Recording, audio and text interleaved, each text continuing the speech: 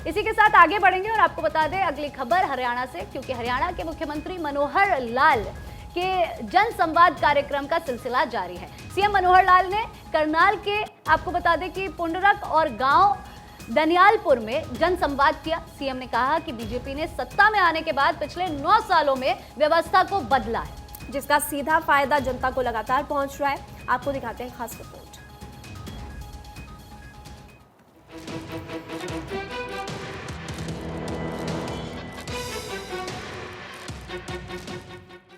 मुख्यमंत्री मनोहर लाल ने करनाल के गांव पुंडरक में हल्के का 20वां जनसंवाद कार्यक्रम किया। इसके तहत ग्रामीणों को सीएम ने संबोधित किया।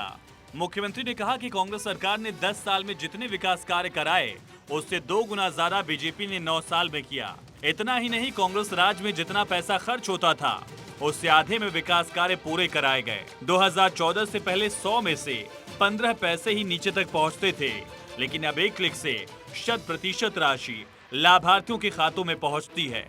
मुख्यमंत्री ने पुंडरक गांव को लेकर कुछ आंकड़े भी पेश किए। करनाल के पुंडरक गांव की आबादी 3,863, 53% लोगों की आय 1,80,000 से कम। आयुष्मान भारत योजना के तहत 1,731 लोग पात्र, इनमें से 1,565 के कार्ड मंजूर। 108 लोगों ने उठाया योजना का लाभ। सरकार ने इनके इलाज पर खर्च किए 40 लाख रुपए। मुख्यमंत्री मनोहर लाल ने सीएमओ को इस बात की जांच के निर्देश दिए कि पवन कुमार पुत्र शेर सिंह के इलाज पर 7,11,000 रुपए की राशि खर्च हुई है या नहीं। मुख्यमंत्री मनोहर लाल ने कहा कि पीपीपी के आधार पर गांव में 133 नए राशन कार्ड बने हैं। पहले राशन कार्ड धारकों की संख्या 357 थी, जो अब बढ़कर 490 हो गई। 3 लोगों की बुढ़ापा पेंशन खुद बनी है, इसके लिए उन्हें दफ्तरों के चक्कर नहीं काटने पड़े। वहीं मुख्यमंत्री ने करनाल में वॉलीबॉल अकादमी हॉस्टल के निर्माण की मांग पर विचार करने का आश्वासन दिया। ओचाना बाईपास पर रेलवे अंडरब्रिज पर शेड डालने में बाधा बन रही बिजली की तारें अभी तक न हटाए जाने के मामले में मुख्यमंत्री ने सख्ती दिखाई। सीएम ने कहा कि एक दूसरे विभाग से जुड़ा विकास कार्य पैसों के अभाव में नहीं रुकना चाहिए। उन्होंने कहा कि एस्टीमेट मंजूर होता रहेगा, फिलहाल खंभों की ऊंचाई बढ़ाकर लाइन को ऊपर उठाया जाए। काम तेजी से और जितना जरूरी हो उतना करें। वहीं संबंधित अधिकारियों ने मुख्यमंत्री को तार शिफ्ट करने के लिए 7 लाख का एस्टीमेट मंजूर होने के बाद काम शुरू करने की बात कही थी। वहीं मुख्यमंत्री मनोहर लाल ने रविवार को करनाल के गांव दनियालपुर में जनसंवाद कार्यक्रम किया। लोगों की समस्याओं का मौके पर समाधान किया गया। सीएम ने कहा कि प्रदेश में लोगों की आय में इजाफा करने और रोजगार के अवसर मुहैया करवाने के लिए लगातार कई योजनाएं चलाई जा रही हैं। अब प्रदेश के प्रत्येक गाँव में साझी डेयरी योजना लागू करके लोगों की आय को बढ़ाने का काम किया जाएगा। मुख्यमंत्री मनोहर लाल ने गांव के विकास पर खर्च की गई राशि का ब्यौरा दिया। उन्होंने बताया कि गांव के विकास पर अब तक पंचायत के माध्यम से 1 करोड़ 38 लाख रुपए की राशि खर्च की जा चुकी है। उन्होंने ग्राम पंचायतों की मांग को पूरा करते हुए गांव दलियानपुर से डबराना तक 1.5 किलोमीटर रास्ते को पक्का करने का ऐलान किया। सीएम मनोहर लाल ने कहा कि गांव दनियालपुर में सब हेल्थ सेंटर और बारात घर के अलावा गाँव की गलियों नालियों के साथ अन्य कार्यों पर 50 लाख का बजट खर्च किया जाएगा। मुख्यमंत्री मनोहर लाल ने अपने जनसंवाद कार्यक्रम के 21वें दिन की शुरुआत करनाल जिले के गांव जैनपुर साधान से की।